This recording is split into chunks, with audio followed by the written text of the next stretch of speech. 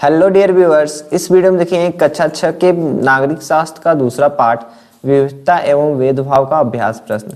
तो सबसे पहला प्रश्न है, यहाँ पे आपको दो कॉलम दिख रहे हैं जिनका आपस में मिलान करना है। तो इसमें जो पहला है उसे मिलाएंगे तीसरे से, दूसरे वाले को मिलाएंगे चौथे से, तीसरे वाले को मिलाएंगे पहले से और लास्ट वाले को मिलाएंगे दूसरे से। इसे आप देखकर मिलान कर लीजिए। नेक्स्ट क्वेश्चन देखते हैं। इसमें बोला जा रहा है लड़कियां माँ बाप के लिए बोझ हैं। यह रूढ़िबद्ध धारा एक लड़की के जीवन को किस तरह प्रभावित करती है? उसके अलग अलग 5 प्रभाव का उल्लेख कीजिए। तो देखिए, लड़कियां जो है आजकल जो है माँ बाप के ऊपर बोझ हैं। इसका क्या लड़कियों के ऊपर प्रभाव पड़ता है वो आपको हम बताते हैं। सबसे पहला प्रभाव पड़ता है कि उसे लड़कियों को उच्च शिक्षा नहीं मिल पाती है।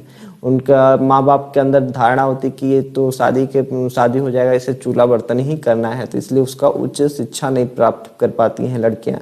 दूसरा बात ये कि परिवार में उसे उचित प्यार और उतना स्नेह नहीं मिल पाता है, जितना लड़कों को दिया जाता है उतना लड़कियों को नहीं मिल पाता।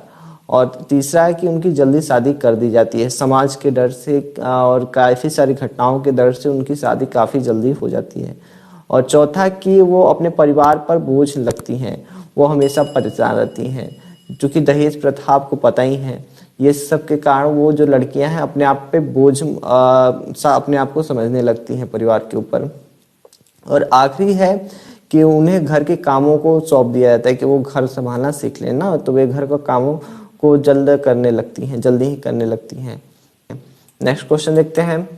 अब भारत का संविधान समानता के बारे में क्या कहता है? आपको क्यों लगता है कि सभी लोगों में समानता होना जरूरी है? तो उत्तर राइट करेंगे।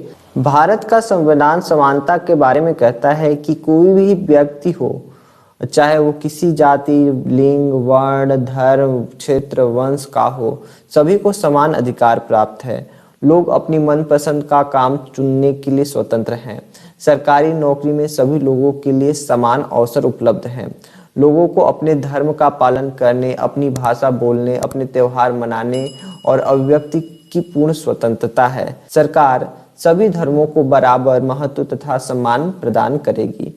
ठीक है, तो इससे ये पता लगता है कि हमारा जो संविधान है वो सभी लोगों के लिए एक समान है, अधिकार प्रदान करता है। हर एक व्यक्ति पूर्ण रूप से स्वतंत्र है अपने काम को चुनने के लिए, करने के लिए, और सभी को सरकारी नौकरी के लिए समान अवसर उपलब्ध कराता है। ठीक है, और लोग अपने धर्म का पालन करने के लिए, अपनी भाषा बोलने के लिए, त्योहार मनाने के लिए, इन सभी कार्यों के लिए पूर्ण रूप से स्वतंत्र है। ठीक है, अब देखते हैं नेक्स्ट क्वेश्चन। नेक्स्ट क्वेश्चन है, तो यहाँ पे दिया हुआ है, कई बार लोग हमारी उपस्थिति में पूर्वाग्रह से भरा आचरण करते हैं। ऐसे अवसर में कोई विरोध करने की स्थिति में नहीं रहते, क्योंकि मुंह पर तुरंत कहना मुश्किल जान पड़ता है। अपनी कक्षा को 2 समूहों में बांटिए और प्रत्येक समूह पर इस पर चर्चा करें कि दी गई परिस्थितियों में वे क्या करेंगे।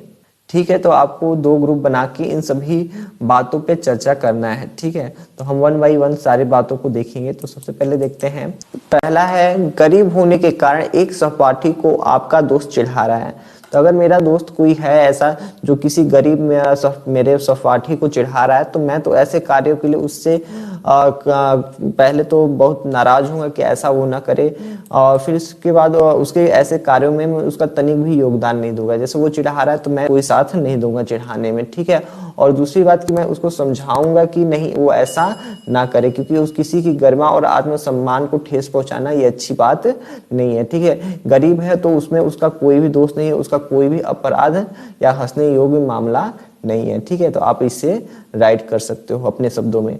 ख है, आप अपने परिवार के साथ टीवी देख रहे हैं और उनमें से कोई सदस्य किसी खास धार्मिक समुदाय पर पूर्वाग्रस्त टिप्पणी करता है।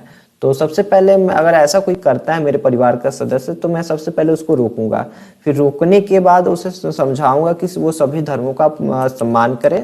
और अगला देखते हैं, आपकी कक्षा में बच्चे एक लड़की के साथ मिलकर खाना खाने से इनकार कर देते हैं क्योंकि वे सोचते हैं कि वह गंदी है। तो अगर ऐसा कोई क्लास के किसी कक्षा के बच्चे करते हैं तो मैं उनको सबसे पहले समझाऊंगा, उसे समझाऊंगा कि वो भी तुम्हारी क्लासमेट है, उसके साथ ऐसा इंसल्ट जैसा व्यवहार ना करे। ठीक है, तो आप इसका आप आंसर आप ये राइट कर सकते हो। एंड नेक्स्ट क्वेश्चन देखते हैं। अगला है, किसी समुदाय के खास उच्चारण का मजाक उड़ाते हुए कोई आपको चुटकुला सुनाता है। तो अगर ऐसा कोई मुझे करता है तो मैं उसको तो पहले मैं उस चुटकुले का मतलब मेरे ऊपर कोई असर नहीं पड़ेगा, मैं वहां से चुपचाप उठूंगा और चले जाऊंगा। मैं उसके चुटकुलों का हिस्सा नहीं बनूंगा, हंसने का भागीदार नहीं बनूंगा, वहां से उठूंगा चला जाऊंगा। ठीक है, नेक्स्ट देखते हैं।